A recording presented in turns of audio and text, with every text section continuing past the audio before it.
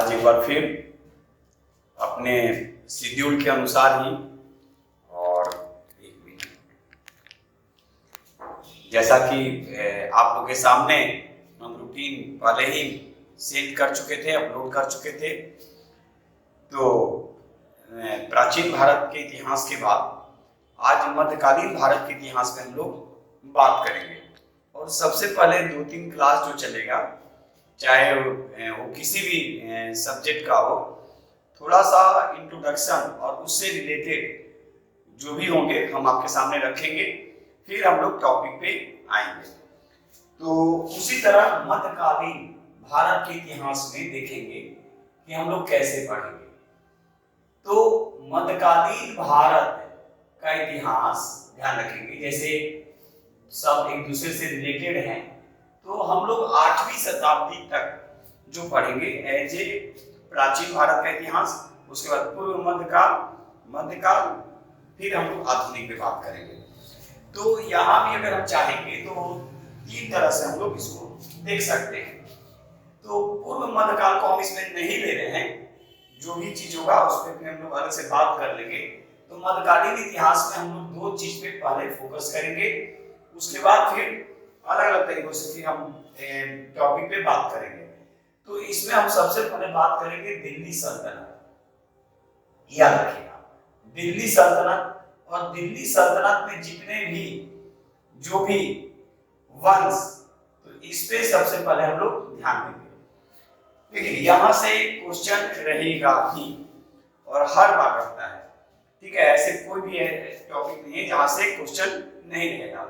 तो दिल्ली सल्तनत, अब वंश से पहले आप देख लेंगे कि दिल्ली सल्तनत का जो अगर हम लोग देखेंगे तो 1206 से 1526 तक हम लोग इस पे बात करेंगे। इसमें जो भी वंश होगा उसमें हम लोग देखेंगे। वंश के बाद, यानी वंश तो है ही, वंश के अतिरिक्त जो इसमें से शासक जो होंगे उन पे भी बात करेंगे। जो मेन जो शासक होंगे उन पे भी हम लोग बात करेंगे। इस चीज का रखिएगा। फिर हम आएंगे, उसके बाद दूसरा जो है ये मुगल साम्राज्य।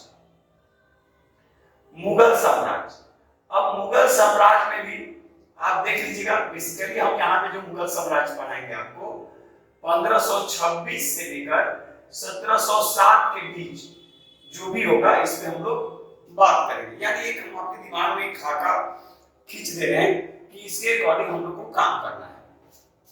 यानी कहने का मतलब है, ध्यान रखिएगा कि जो दिल्ली सल्तनत में जो हम लोग बात करेंगे इसमें वंश होंगे। तो जैसे कभी-कभी आपसे क्वेश्चन वंश में भी पूछ लेता है कि पहले कौन उसके बाद, तो इसमें गुलाम वंश आएगा, याद रखिएगा। तो गुलाम वंश से रिलेटेड जो भी होगा उस पर भी हम लोग बात करेंगे। उसके बाद खिलजी वंश, उससे रिलेटेड जो भी क्वेश्चन होंगे बात करेंगे। तुगलक वंश,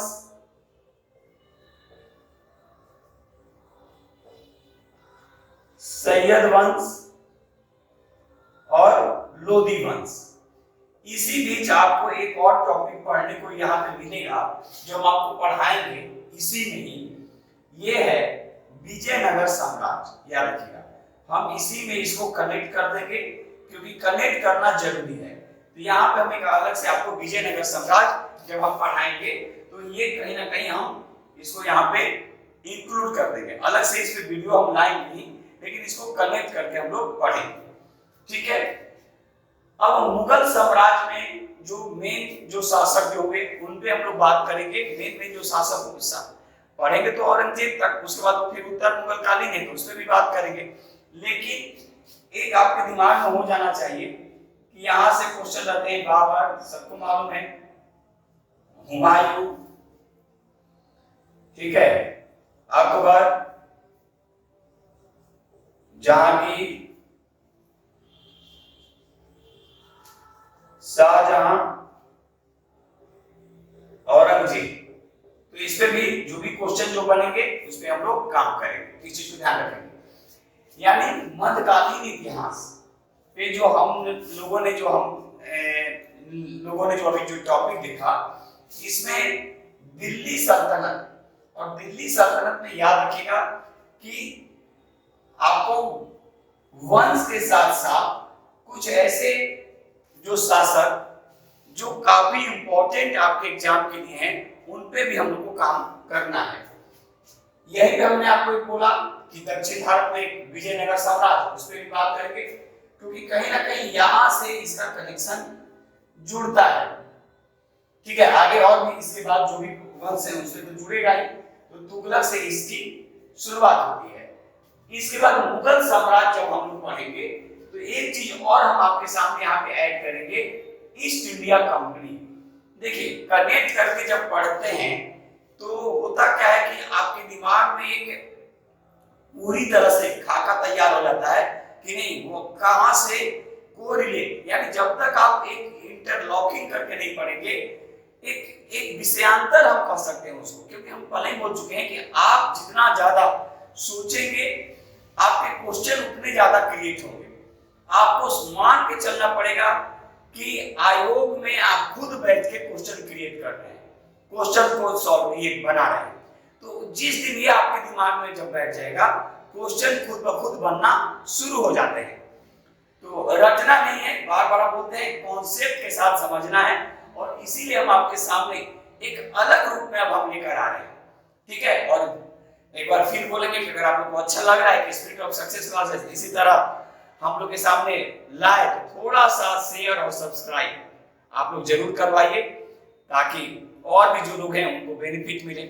ऐसे नहीं भी करवाइएगा तो हम तो लाएंगे ही, मेरी ड्यूटीज है, हम आपको पहले ही बोल चुके हैं। तो लेकिन आप लोगों को लगता है कि नहीं हमारे लिए सर मेहनत कर रहे हैं, तो एक बार जरूर इसको एक लार्ज स्केल पे इसको आप लोग ये कीजिए, शेयर कीजिए और सब्सक्राइब करवाइए। आगे फिर आपकी मर्जी। तो इस चीज को ध्यान रखेंगे। फिर यहाँ पे ईस्ट इंडिया कंपनी को हम लोग जोड़ेंगे। तो ये मध्यकालीन भारत के इतिहास को हम लोग 8वीं शताब्दी के बाद, यानी 8वीं शताब्दी 8वीं से 12वीं जो हम लोग पढ़ेंगे वो पूर्व मध्यकाल के रूप में पढ़ेंगे। और यहाँ हम एक कह सकते हैं कि 13वीं शताब्दी, याद रखिएगा 13वीं शताब्दी से, ठीक है, 18वीं शताब्दी के बीच में जो हम लोग जो एक पढ़ेंगे, इसके बीच में जो पढ़ेंगे, ठीक है, तो इसमें क्या है, तो दिल्ली सल्तनत, इसमें वंश, और मुगल सम्राट, इसमें जो शासक जो मेन है, और फिर उनसे रिलेटेड एक एक करके आराम आराम से हम लोग करेंगे, क्योंकि हम पहले ही बोल चुके हैं कि मेरे पढ़ाने के तरीके जो है वो बिल्कुल अलग है। और थोड़ा सा आप लोग को लगेगा भी कि नहीं, जब सर यहाँ पे ऑनलाइन में जब ऐसे दे रहे हैं तो ऑफलाइन में किस हिसाब से वो करवाते होंगे। ठीक है, अंतर तो थोड़ा बहुत आएगा ही, लेकिन आपको वो कभी महसूस हम नहीं होने देंगे। फिर बात एक बार बोल रहे हैं, हाँ, जितना मेरा प्रयास रहेगा, मेरी कोशिश रहेगी आपको ज्यादा से ज्यादा ये किया जाए। और जब हम नेक्स्ट टॉपिक लेकर आएंगे तो आप खुद देखिएगा कि आपका एक अलग तरीके से आपकी सोच डेवलप होगी कि कैसे कनेक्ट करके सर पढ़ाते हैं। तो चलिए, और दशहरा मनाइए, हम यही कहेंगे, और माँ की कृपा हम सब पे बनी रहे, इसी उम्मीद के साथ आज हम आपके सामने से विदा ले रहे हैं। तब तक के लिए जय हिंद, जय भारत, भारत माता की जय।